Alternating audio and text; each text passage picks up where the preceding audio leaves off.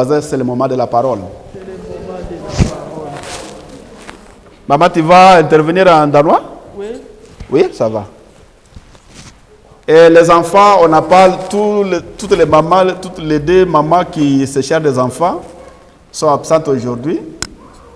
Alors désolé, on va faire ce qu'on peut faire pour que maman puisse vous intervenir aussi en danois, espérant que vous allez aussi bénéficier de quelque chose. Alléluia, merci Seigneur. Oui? J'ai dit, il y a prêt. Il y a Podansk. Oui. Alors, nous allons directement entrer dans notre sujet d'aujourd'hui. Nous allons parler si Dieu combat ton combat. Amen. Est-ce que tu peux dire à ton voisin, Dieu combat ton combat? Non, dis-lui bien, Dieu combat ton combat. Oui, quelquefois, nous savons que nous sommes seuls lorsque nous avons des situations difficiles. Mais avec la prédication d'aujourd'hui, nous allons savoir que réellement qu'il y a un Dieu qui combat nos combats. Amen.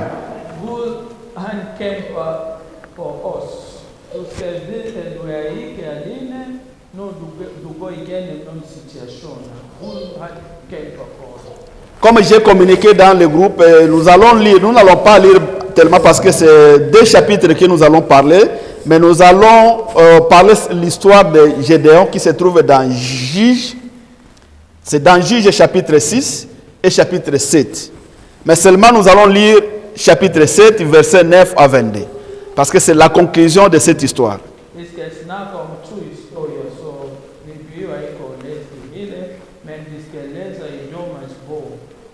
La raison qui fait que j'ai écrit ça dans les communautés, pour que les gens puissent lire à la maison, comme ça sera facile pour comprendre lorsque je vais entrer dans l'histoire.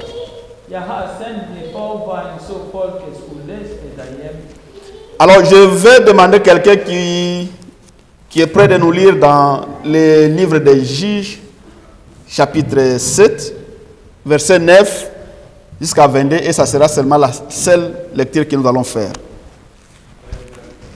Juge chapitre 7, verset 9 à 22.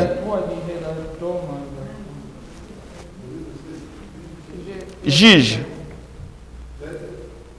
chapitre 7, verset 9 à 22.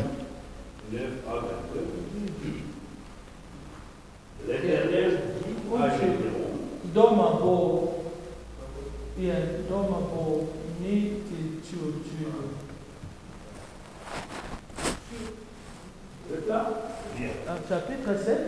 Chapitre 7, verset 9. Ok. Jusqu'à 22. Oui.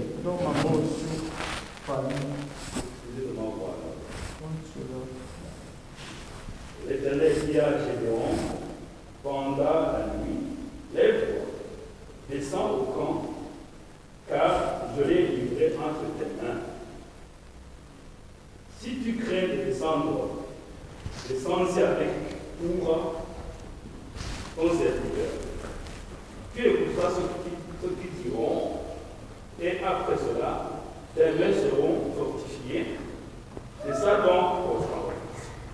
Il descendit avec toi, son serviteur, jusqu'à l'avant-poste du camp.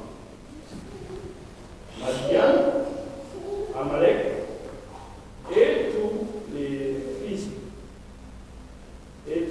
de l'Orient étaient répandus dans la vallée comme Ils sauteraient. Et leurs chameaux étaient innombrables comme le sable qui est sur le bord de la mer. Gédéon arriva, et voici un homme racontant à son camarade un songe. Il disait, j'ai eu un songe, et voici un gâteau de pain dont j'ai roulé dans le camp de Madian. Il est venu heurter jusqu'à la tente et elle est tombée. Il a retourné sans dessus, dessous, et elle les a été renversées. Son camarade répondit et dit, ce n'est pas autre chose que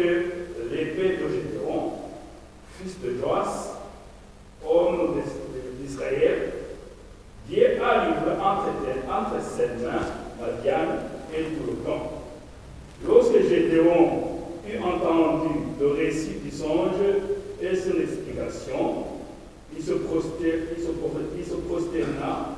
revint au camp d'Israël et dit, levez-vous, car l'Éternel arrivera entre vos mains le camp d'Omadon. 16. Il divisa en 3 corps les 300 hommes, et il les remit à tous des trompettes et des cruches vides, avec des flambeaux dans les croches. Il leur dit, vous me regarderez et vous ferez comme moi. Dès que j'aborderai le camp, vous ferez ce que je ferai. Et quand je sonnerai de la trompette, moi et tous ceux qui seront avec moi, vous sonnerez aussi de la trompette tout autour du camp, et vous direz pour l'Éternel et pour Gédéon. Et donc, et les 100 hommes qui étaient avec lui arrivèrent aux abords du camp au commencement de la veille du milieu. Comme on venait de placer les gardes, ils sonnèrent de la trompette et brisèrent les cruches qu'ils avaient à la main. Les 3 corps sonnèrent de la trompette et brisèrent les cruches. Ils saisirent de la main gauche les flambeaux et de la main droite les trompettes. Les flambeaux et de la main droite les trompettes pour sonner. Et ils s'écrièrent, épée pour l'Éternel et pour Gédéon. 21. Ils restèrent chacun à sa place autour du camp, et tout le camp se mit à courir, à pousser des cris et à prendre la fuite. Les 300 hommes sonnèrent encore de la trompette, et dans tout le camp, l'Éternel leur fit tourner l'épée les uns contre les autres. Le camp s'enfuit jusqu'à Beth-Skita, vers Tserera, jusqu'au bord d'Abel, les voilà près d'Abiba. Amen. Alléluia. C'était une longue lecture parce que je voudrais qu'on puisse avoir seulement l'image de la conclusion de cette histoire. Amen.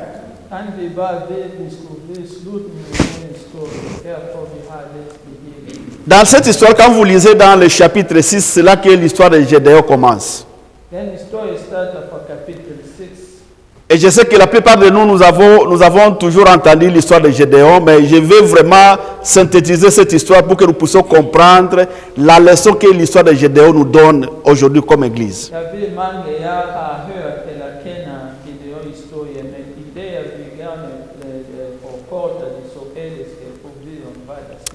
C'est arrivé à un certain moment que Israël a fait des mal contre le Seigneur.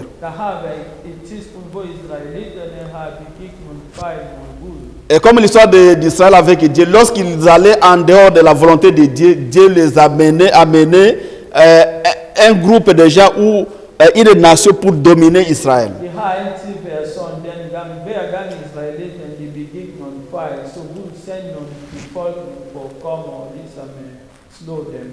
À cette époque-là, Dieu avait livré l'Israël entre les mains de Madian ou Amalek.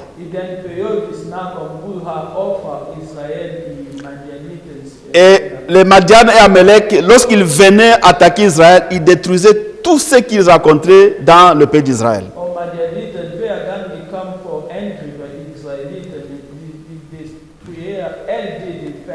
Ils sont en train de détruire les vivres, les brebis, les bœufs, les ânes, tout ce qu'ils ont rencontré, même des champs. Ils étaient en train de détruire pour qu'Israël puisse vraiment mourir de faim.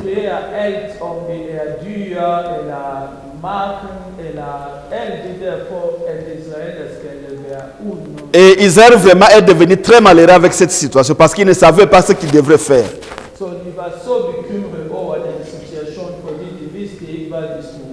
Mais il est arrivé à un certain moment, Israël en avait marre, ils ont demandé, ils ont été obligés d'aller recourir à Dieu pour leur intervenir, pour intervention.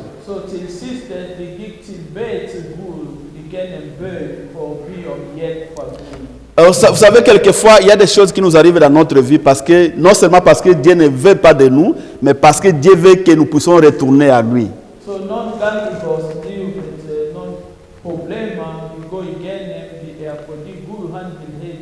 Voilà pourquoi en tant qu'enfant de Dieu, lorsqu'il y a un problème qui vous arrive, la première chose que tu vas faire est de chercher qu'est-ce que j'ai fait qui est à l'encontre de la volonté de Dieu. So therefore some goods bad not the ski and no it was even to say first thing or bahaya no Parce que certains malheurs nous arrivent dans la vie, ce n'est pas non seulement parce que ce n'est pas tous les malheurs bien sûr, mais certains malheurs nous arrivent parce qu'il y a des choses que nous avons faites qui n'étaient pas vraiment qui étaient à l'encontre de la volonté de Dieu.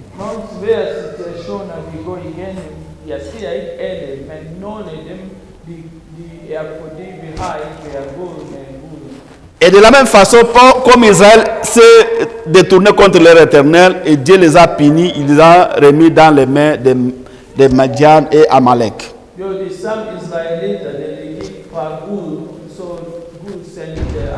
Mais lorsqu'Israël avait reconnu son péché contre Dieu, Dieu les a entendus et Dieu les a donné une faveur.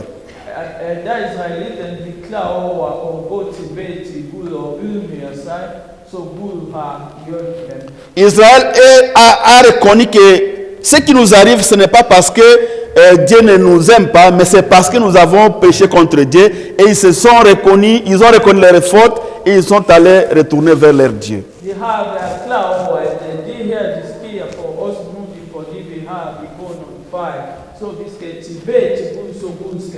Et je voudrais aussi te dire aujourd'hui, nous avons un Dieu miséricordieux. Peu importe ce que tu as fait dans votre vie, Dieu est un Dieu miséricordieux.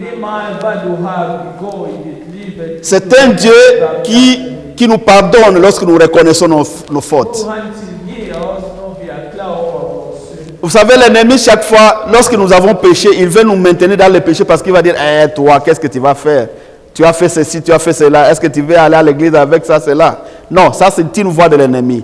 Nous devons reconnaître aujourd'hui que nous avons un Dieu miséricordieux. Lorsque nous reconnaissons notre faute, il est prêt pour nous recevoir.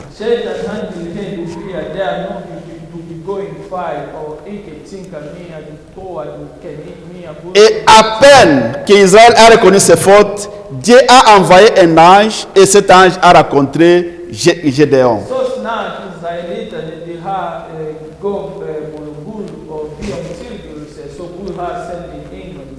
La Bible nous dit que Gédéon était en train d'abattre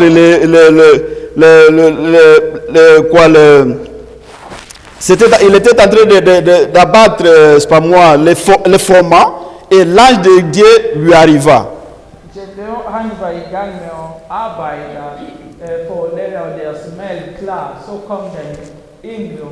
Gédéon était en train de préparer le froment parce qu'il savait que n'importe quand les médias peuvent arriver et peuvent détruire tout. Alors il prépare le froment pour qu'il puisse préparer, le cacher quelque part.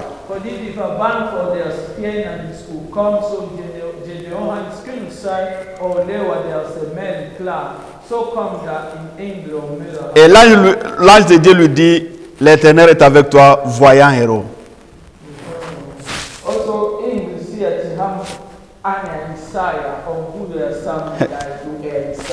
Alléluia.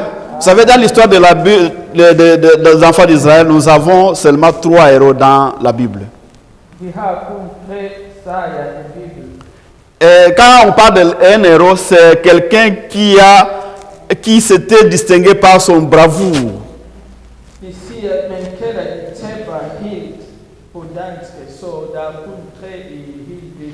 Oui, dans l'Ancien Testament, dans l'histoire de la Bible, nous avons 3 héros. Nous avons le premier héros, je ne sais pas si c'est le premier ou la première, c'est une femme qu'on appelle Déborah.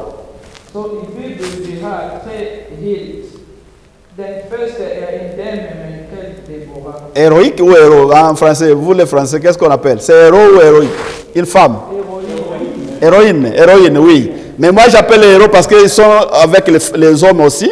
Donc il y a 3 héros. Nous avons Déborah, qui est une femme qui a combattu contre les Canaanites.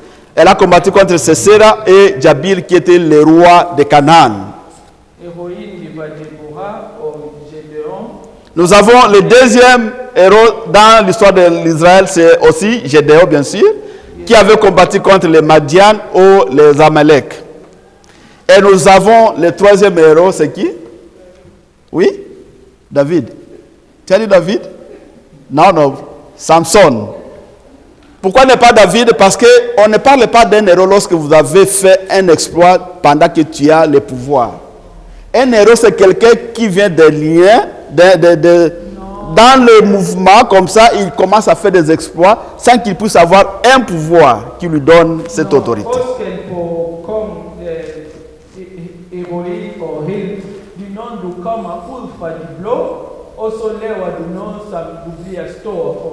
Alléluia. C'est ça la différence. On peut avoir, tu ne peux pas être héros lorsque tu es un président, tu fais de bonnes choses et puis tu ne peux pas devenir héros parce que tu as déjà un pouvoir qui te pousse à faire ce que tu as fait.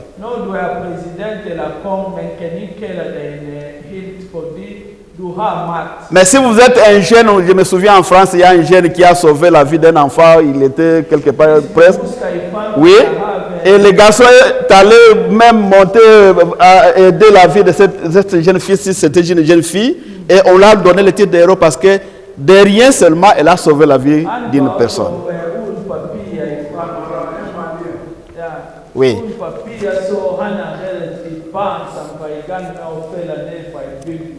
Donc, de la même façon, Gédéon n'était rien. D'ailleurs, lorsque l'ange lui a dit que le Seigneur est avec lui, il ne pouvait pas croire que l'ange pourrait sauver les enfants d'Israël parce qu'il disait que moi je viens d'une famille pauvre, la famille la plus pauvre de Manassé. Comment est-ce que moi je peux faire quelque chose pour Israël?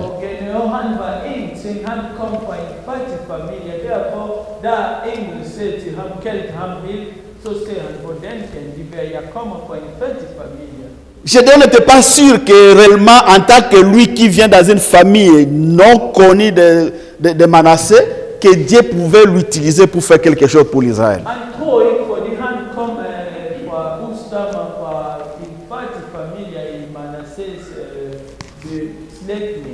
Voilà pourquoi je voudrais te dire aujourd'hui que ne te sous-estimez pas.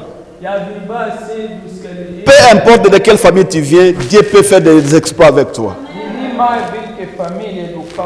Nous avons un Dieu qui prend les gens de rien pour devenir un monument dans la vie des hommes.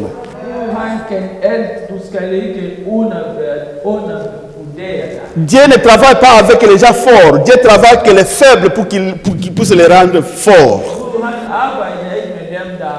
Gédéon ne pourrait pas il se sous-estimer, dire à l'ange, mais comment est-ce que moi qui viens dans une famille de Manassé, et la famille de Manassé d'ailleurs c'était la famille la plus faible de toute l'Israël, et lui venait de la famille de Manassé, encore une famille plus pauvre, comment est-ce que je peux sauver Israël?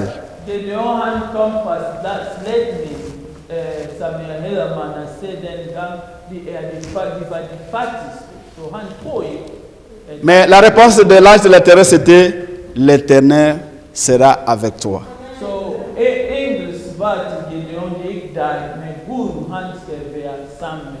Quelquefois nous pensons que le combat que nous avons c'est notre combat. Non, c'est le combat de Dieu parce qu'il est celui qui combat notre combat.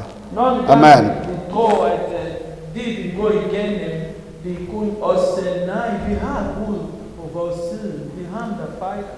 L'Éternel, quand vous lisez dans le chapitre 6, l'Éternel dit à Gédéon, va avec cette force que tu as et délivre par ta main les enfants d'Israël.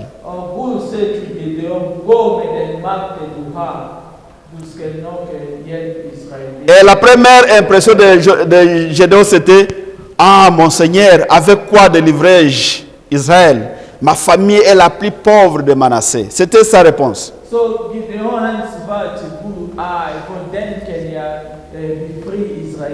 Mais l'Éternel lui dit, je serai avec toi. Voilà pourquoi je voudrais vous dire, si vous avez l'Éternel, vous pouvez faire tout. Si Dieu est avec toi, tu peux faire beaucoup d'exploits dans ce monde. Peu importe la situation familiale que vous avez, si vous avez Dieu, vous avez le pouvoir de faire tout. Peu importe d'où tu viens, si vous avez Dieu, vous avez le pouvoir de faire tout ce que tu veux faire. Parce que nous pouvons tout par celui qui nous donne la force. Alléluia. Et puis l'ange avança. Je vais vous donner, je suis en train d'expliquer l'histoire pour que vous puissiez comprendre pourquoi Gédéon c'est un héros pour l'Israël. Et cette histoire aussi va nous aider. Comment est-ce que nous, en tant qu'enfants de Dieu, nous pouvons être aussi des héros dans la vie spirituelle.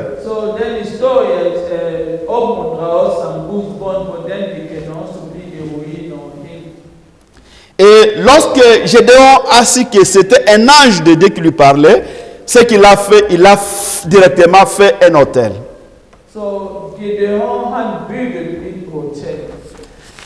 Autel, pas hôtel, hôtel avec A-U-T-L. Et tu veux chercher le mot? Yeah. Un hôtel, donc il a fait, oui, altar, ça peut être ça, oui. Alors, Gédéon a fait un hôtel et Dieu lui a dit de lui offrir une offrande sur l'hôtel.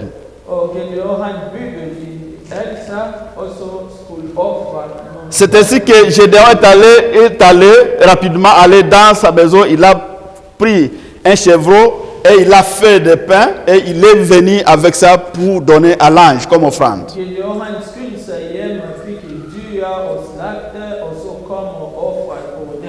Et parce que lorsque dans leur conversation avec l'ange, Gédéon a voulu qu'il puisse avoir un signe. Si réellement tu veux que moi je puisse sauver l'Israël par ma main, donc fais-moi un signe. So Gideon had engel om vis direkt i mig der skal hjælpe israelitterne. Jeg vil gerne have, at jeg laver en film. C'est ainsi que l'ange lui dit, prends la chair et le pain que tu amènes, mets sur ce rocher ici. Et Gédéon a fait comme l'ange lui avait demandé. Also den time Gideon be engel ana gjorde.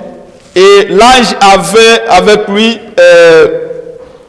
un bâton et il a serré le bâton vers la chair et le pain et directement un feu volant est venu ici et consumer tout ce que Gédéon avait donné comme offrande. So engel han havde pind i hånden.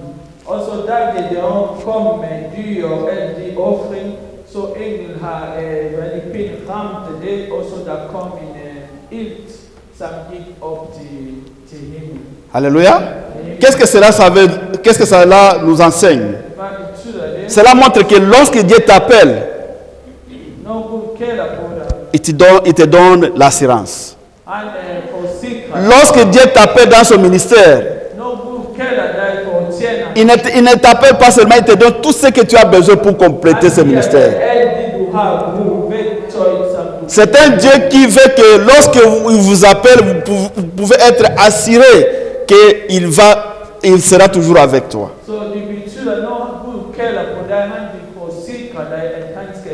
Et quelquefois, nous devons être comme des Gédéons. Il ne faut pas seulement entrer directement dans le ministère. Il faut d'abord demander Dieu, est-ce que réellement c'est toi qui m'as appelé? Vous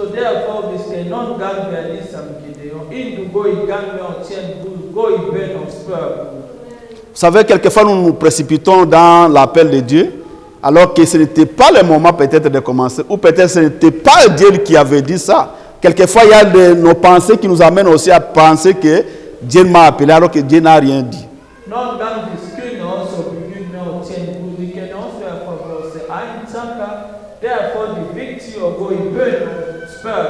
Je me souviens lorsque j'ai commencé le ministère, Dieu m'a appelé de venir à Horus.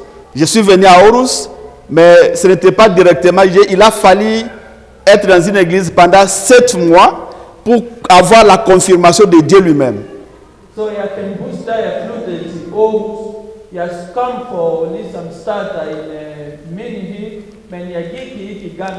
C'était justement... Oui, j'allais à l'église de père du papa Matoleo pendant 7 mois. Et je me souviens lorsque j'ai fait un jeûne de 7 jours, je demandais à Dieu, mais je suis déjà à Horus, il fait maintenant 7 mois. Et tu m'as dit de venir à Horus pour commencer le service, le ministère. Quand est-ce que, comment? Je ne sais personne ici. Et après ce jeûne de 7 jours, nous sommes allés à l'église un dimanche, et il y avait un pasteur qui venait souvent, il venait vous visiter ici. Il est allé, il a commencé directement à prophétiser. Il m'a appelé, il m'a dit, lève-toi. Le Seigneur m'a dit que tu as un ministère. Il t'a dit d'attendre, bien sûr, mais il faut attendre jusqu'à ce qu'il va lui-même te confirmer que quand est-ce que tu vas commencer.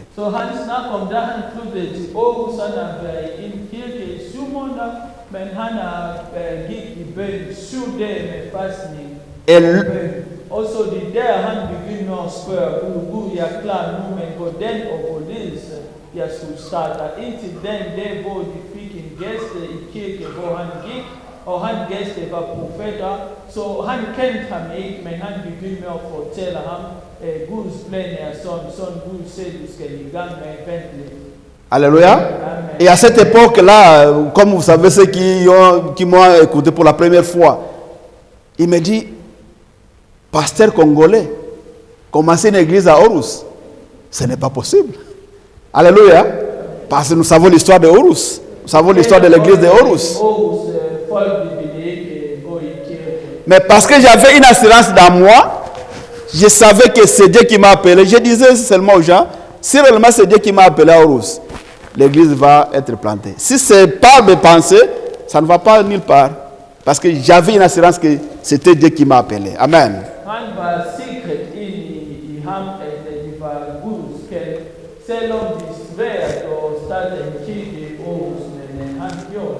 De la même façon, si Gédéon a voulu que Dieu puisse lui confirmer si réellement c'était lui qui lui parlait et qu'il pouvait sauver les enfants d'Israël à travers sa main.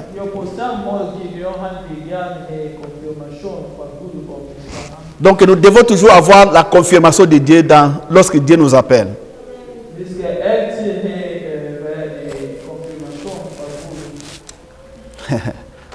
Oui, nous devons confirmation, c'est ça dans nous aussi. Vous savez, vous les jeunes qui connaissez nous avons besoin de vous. Hein? Nous avons besoin de vous. Vous connaissez français, vous connaissez les Danois, nous avons besoin de vous pour nous tenir ici. Amen. Amen. Oui. Oui, Gédéon il a fallu qu'il y ait vraiment une confirmation avant de dire réellement que je vais aller. Et ce n'était pas ça seulement. Il y avait d'autres examens qu'il avait donnés à Dieu pour qu'il puisse confirmer réellement que c'est lui qui l'avait appelé. Alléluia. Amen. Alléluia. Et lorsque Gédéon a fait l'autel, il a appelé l'autel l'Éternel la paix.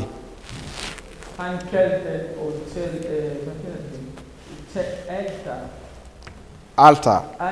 Yeah. Et la même nuit, l'Éternel est venu à Gédéon et lui a dit, prends le jeune taureau de ton père et un second taureau de 7 ans, renverse l'autel de Baal qui est ton père, qui est à ton père, et abat le pied sacré qui est dans le dessus. Et Gédéon fit ce que Dieu lui avait dit. Kom til Gideon og fortæller ham, Gideon skulle destruere tingene fra hans far. Det var nogle dyr og nogle bestemte ting, han skulle destruere dem. Så det gjorde han. Parce qu'à l'époque, il y avait Baal qui était le dieu que les gens, tout le monde, toutes ces nations-là adoraient Baal. I den tidspunkt, der var en afgud, et dans chaque ville ou dans chaque village, il y avait l'autel de Baal pour que les gens puissent venir donner des offrandes et des sacrifices.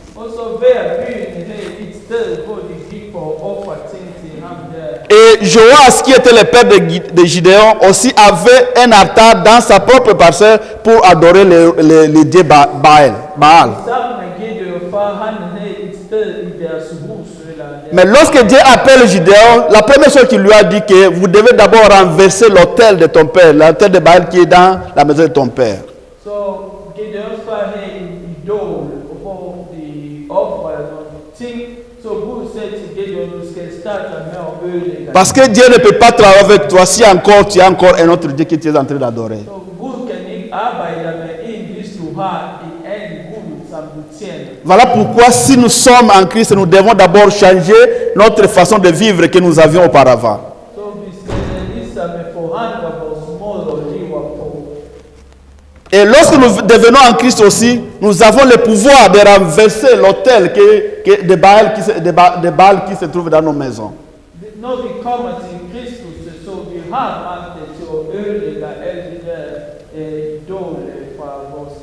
Parce que la Bible nous dit que si quelqu'un est en Christ, il est devenu une nouvelle créature.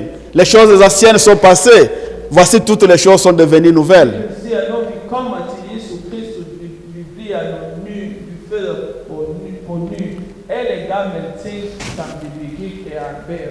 Alors, lorsque vous êtes en Christ, il y a des autels qui ne peuvent plus encore venir à ta poursuite. Ces autels peuvent être, par exemple, les malédictions que vous avez dans les familles. Ça peut être, par exemple, des sorciers, des pactes que tes ancêtres ont fait avec les diables. Ces autels peuvent être même des situations que les gens ont prononcées dans votre famille et que toi tu ne peux pas être la tête, tu seras toujours la queue.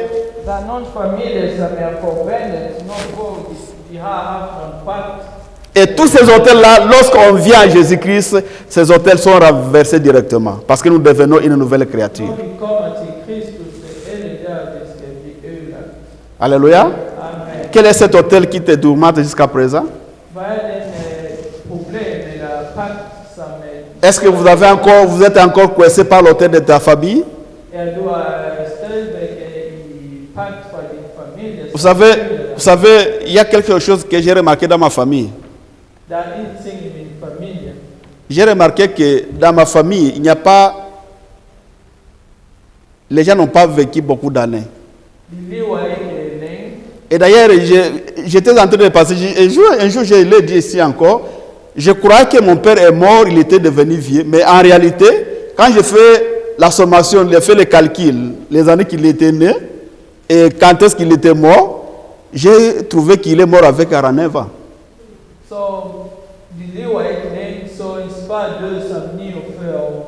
Et quand j'ai fait aussi le retour, j'ai calculé aussi son grand frère, quand est-ce qu'il a été né, et quand est-ce qu'il est mort, je trouve aussi qu'il n'a pas passé, il avait 51 ans.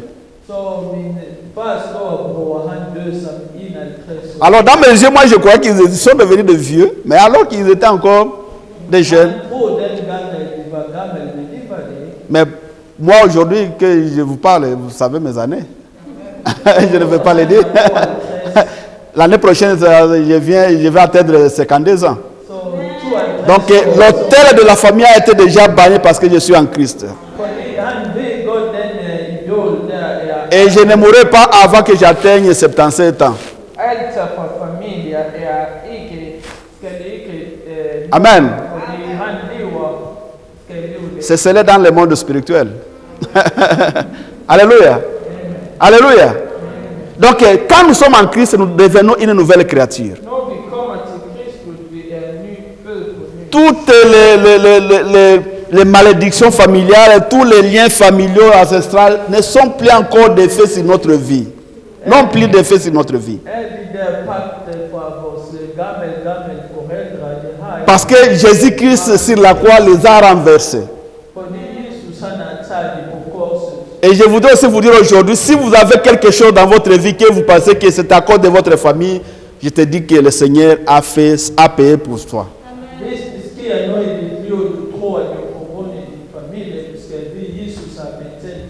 Gédéon a été obligé de renverser l'autel de son père pendant la nuit.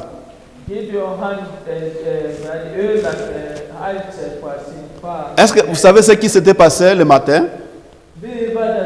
Lorsque la population de la ville sont venus le matin rencontrer, l'autel de Baal était renversé.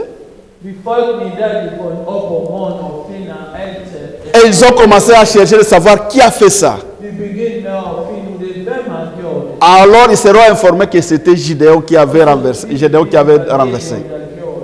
Ils sont allés voir Joas, le père de Gédéon.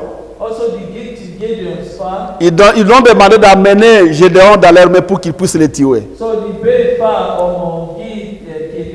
Parce que Gédéon a fait quelque chose d'abomination, il a renversé l'autel de Dieu. Et j'aime beaucoup la réponse de Joas. Joas, il a dit quelque chose dans la Bible que je vais lire ici. Il a dit, la réponse était, est-ce que c'est de vous de prendre parti pour Baal? Il dit, quiconque prendra parti pour Baal mourira avant le matin arrive.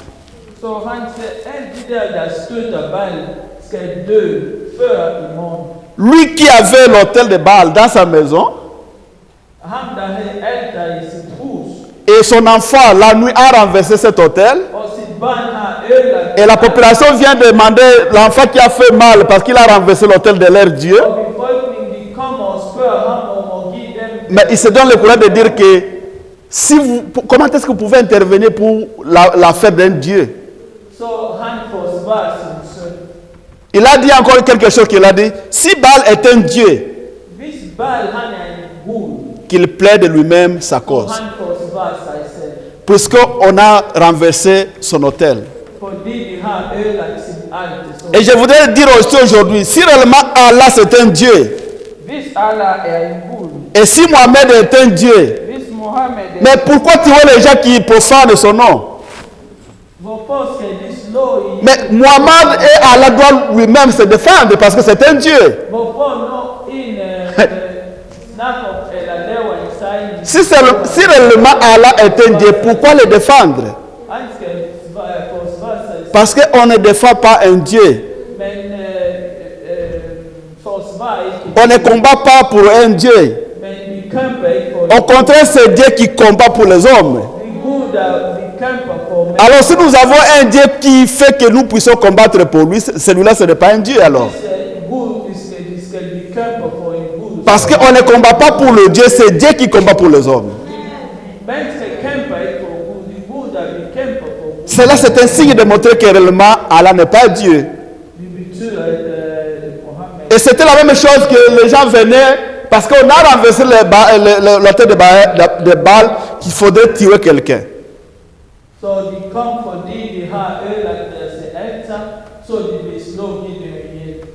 Nous n'avons pas besoin de défendre Jésus.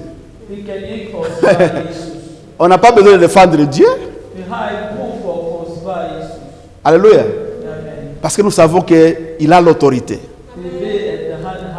Voilà pourquoi nous n'avons pas besoin même de parler des choses, de petits, des gens qui entrent dans la franc-maçonnerie et tout ça. Nous n'avons pas peur de rien parce que nous avons le pouvoir.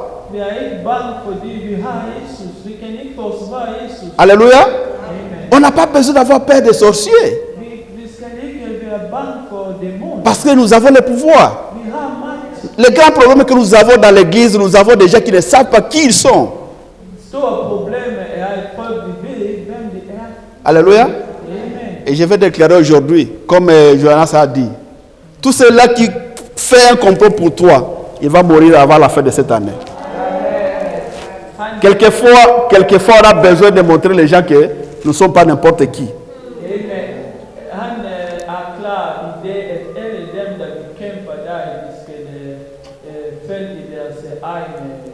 Vous savez, s'il y a quelque chose, je commence à remarquer vraiment.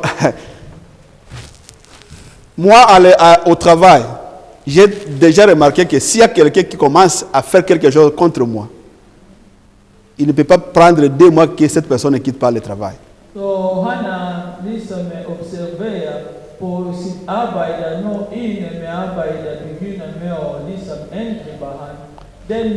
Je vous ai parlé des histoires ici d'une femme qui était contre moi lorsque j'étais quelque part. Elle a eu le cancer, sa mère est morte et puis elle a quitté le travail.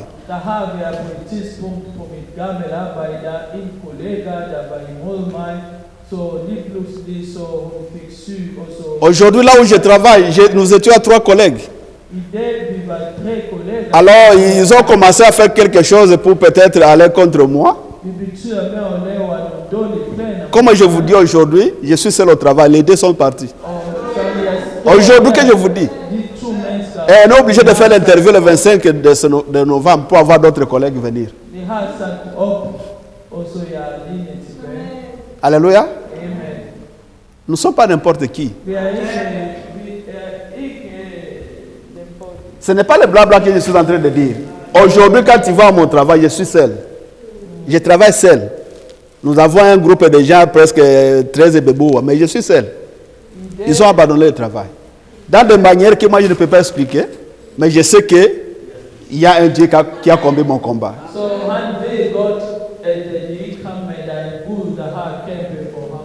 Mes frères et sœurs, ton combat n'est pas ton combat. Nous avons un Dieu qui combat nos combats. Ne laissez pas l'ennemi te sous-estimer ou te maltraiter. Non, dis à Dieu. N'entrez pas dans leur jeu de ping-pong, de paroles de toi. Non, dis à Dieu. Et vous allez voir comment est-ce que Dieu va faire pour votre cause. Et je déclare aujourd'hui, celui qui te met des troubles dans ton travail, il va lui-même quitter le travail. Au nom de Jésus-Christ. C'est le moment que le monde sache que nous ne sommes pas des n'importe qui. Alléluia. Oui, nous ne sommes pas n'importe qui. Moi, quand tu me touches, tu touches Dieu directement. Tu me touches, tu touches Dieu.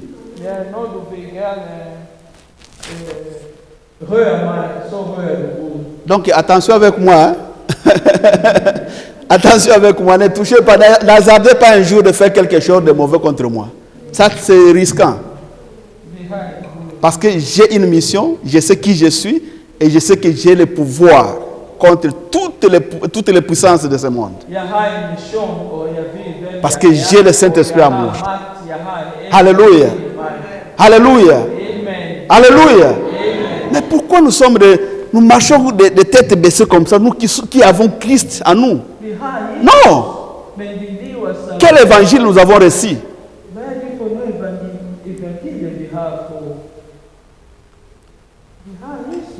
Alléluia. Vous avez le Saint-Esprit à toi, le Saint-Esprit qui a créé le monde, Jésus en toi, qui est le Dieu qui a créé le monde, et puis tu as peur de quelqu'un. Non. Ou soit tu n'es pas en Christ, tu fais d'autres choses. Parce que le problème, c'est quoi? Nous vivons une vie de 50-50, hein? 50-50. Un pied comme ça, un pied comme ça. Alors on ne sait pas quel est ce Dieu qui va nous défendre. Mais si tu veux que Dieu puisse te défendre, entre toi-même dans Dieu, couvert toi-même avec Dieu, et vous allez voir comment est-ce qu'il va faire. Alléluia. Alléluia. Et Joas a dit clairement, si vous voulez défendre Baal, je vous dis, avant que la nuit se termine, vous allez tous mourir. So Gideon's father said to me, we came for Baal, so he mourned, we can see Baal skin. Vous savez ce qui s'était passé? Ils ont abandonné, mais ils ont donné seulement le nom à Gideon. Au lieu de l'appeler Gideon, on lui a donné le nom de Jérubbabel. Et ce qui veut, Jérubbabel veut dire seulement que Baal puisse plaider contre lui.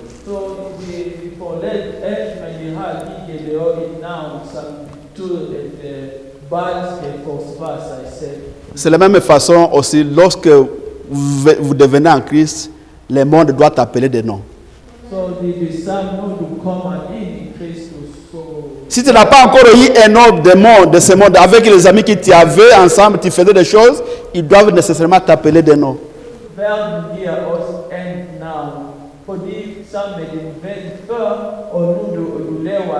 Moi, je me souviens lorsque j'ai eu mon salut, les amis avec qui on allait dans des bars pour boire. Bon, bien sûr, je ne buvais pas assez, mais je les accompagnais, bien sûr. Mais avec des boissons traditionnelles là qu'on appelle, c'est pas moi comment, on prenait ensemble. Mais à un certain moment, lorsque j'ai donné ma vie au Seigneur, lorsqu'il m'invite, je dis non, non, non. Qu'est-ce qu'il me disait? Ah, qui tu es devenu une autre personne? Anakuwa mtu mwingine.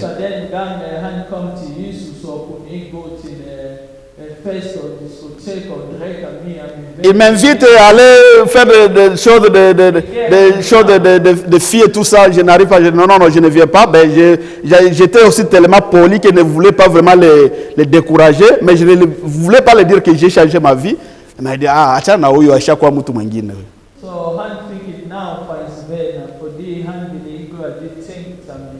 C'est comme ça, lorsque nous avons changé notre vie, nous devons avoir d'autres noms. Les gens que nous avons laissés dans les ténèbres doivent nous considérer devenir d'autres personnes. Alléluia. On a donné Gédéon le nom de Jubabel parce qu'il a renversé l'autel de Babel. Amen. L'histoire est vraiment longue, mais je voudrais vraiment donner vraiment une conclusion sur cette histoire. Nous avons seulement 5 minutes qui nous restent. Peut-être on peut continuer la fois prochaine. Gédéon avait décidé de combattre les Médians et les Amalek. Et il a mobilisé, Gédéon a commencé à mobiliser dans tout l'Israël pour qu'ils puissent avoir les hommes qui vont combattre contre leurs ennemis. Et il a mobilisé à peu près, la Bible nous dit, il a mobilisé à peu près 32 000 hommes pour combattre contre les Amalek. Et lorsque Gédéon présente ces hommes à Dieu, Dieu lui dit non, non, non, non, c'est beaucoup. Dieu lui dit, demande à ces gens-là, ceux qui ont peur, qu'ils puissent rentrer. Et lorsque Gédéon demande la question, à peu près 10 000 personnes se sont retirées, disent non, nous ne voulons pas aller.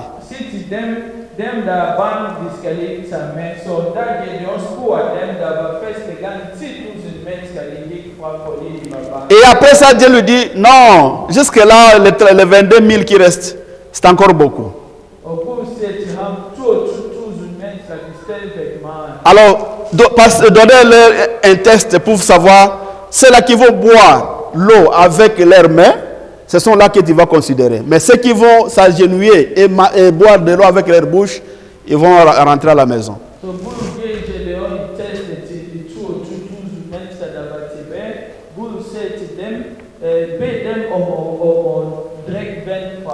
Jusqu'à ce que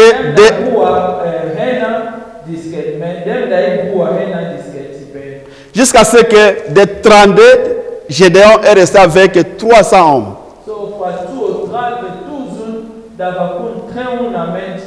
Vous pouvez faire les calculs simples là-bas. Combien ils sont partis? 32 000, il est resté avec 300.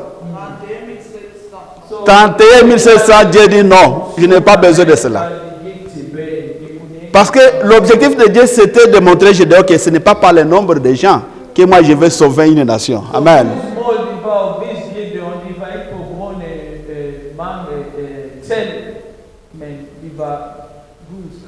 Et qu'est-ce qui s'était passé? Et ces gens-là avaient seulement des criches. Vous savez des criches? Des criches. Des criches et des trompettes. Et dans leur main gauche, et comme la place où nous avons lu, et ils avaient aussi de quoi? Qu'est-ce qu'on a lu? Il y avait 3 choses qu'ils avaient en fait. Il y avait des criches, oui, des trompettes et des flambeaux, oui. Il y a quelqu'un qui a dit flambeaux. 3 choses. Et avec ces criches et trompettes et flambeaux, les flambeaux c'était pour donner la lumière. Là où ils partaient, parce que c'était la nuit lorsqu'ils ont attaqué les camps.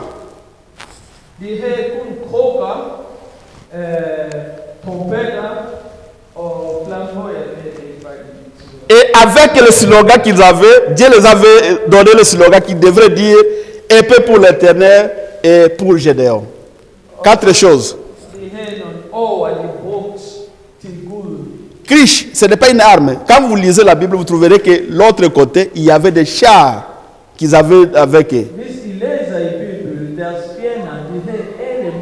Ils étaient des multitudes de soldats qui étaient là pour combattre Israël.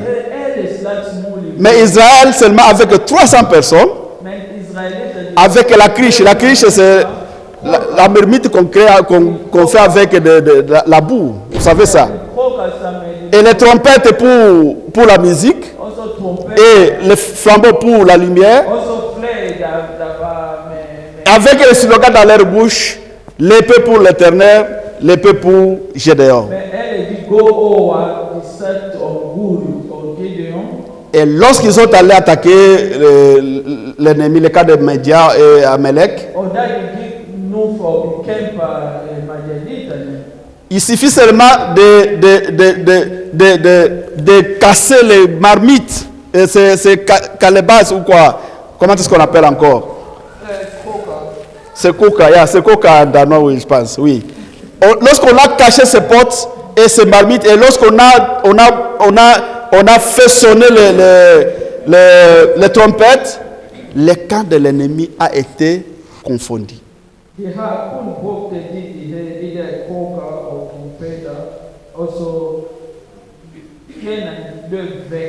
Et maintenant, qu'est-ce qui s'était passé?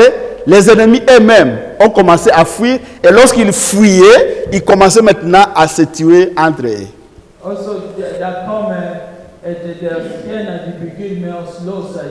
Au son des trompettes. Ce n'est pas une bombe, une flèche, ni un fusil, juste le son de trompette, et avec des bruits de cruches qui a été cassé, et l'ennemi a été confondu. Alléluia. Et je vais vous déclarer aujourd'hui que tes ennemis seront confondus aussi. Avec la prière que tu vas faire, le cas de l'ennemi sera confondu.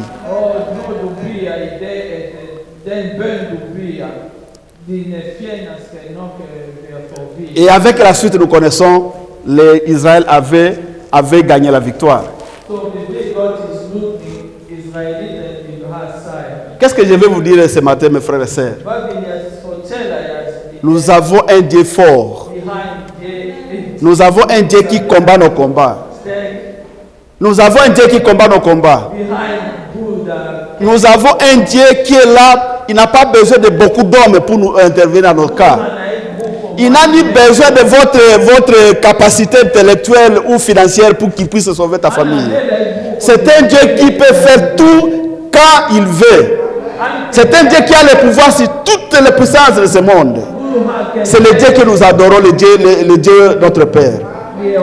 Donc ne craignez rien, mes frères et sœurs. Nous avons un Dieu qui combat nos combats. Nous devons mettre en tête que le combat que vous menez, ce n'est pas ton combat. Ce combat, c'est le combat de Dieu lui-même. C'est la main de l'Éternel qui va te sauver dans ce combat-là. Ce que l'Éternel nous demande, c'est que nous puissions lui donner nos problèmes. Et lorsque nous déchargeons les problèmes à lui-même, il va prendre soin de nous. Alléluia. Alléluia. Alléluia. Nous ne sommes pas n'importe qui, mes frères et sœurs. Pourquoi vous avez peur? Pourquoi avoir peur? Peur de quoi? Peur de qui? Si Dieu est à notre côté, qui sera au-dessus de nous? Alléluia. Alléluia. Donc je voudrais vous assurer ce matin que votre combat, ce n'est pas ton combat. Le combat que tu es en train de mener aujourd'hui, c'est le combat de Dieu. Et Dieu veut que toi tu gardes ton silence et tu vas voir comment est-ce qu'il va faire dans ta vie. Ce qu'il veut, c'est que nous puissions nous confier nos problèmes à lui.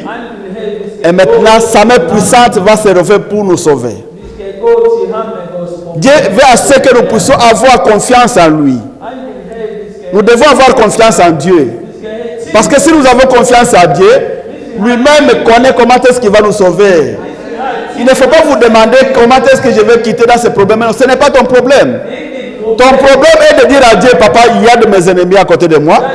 Il y a ce problème de ceci. Il y a ceci, cela. Et bien laissez le reste à Dieu. Oh, alléluia. Alléluia. Alléluia. Nous avons un Dieu qui combat nos combats. Que Dieu vous bénisse.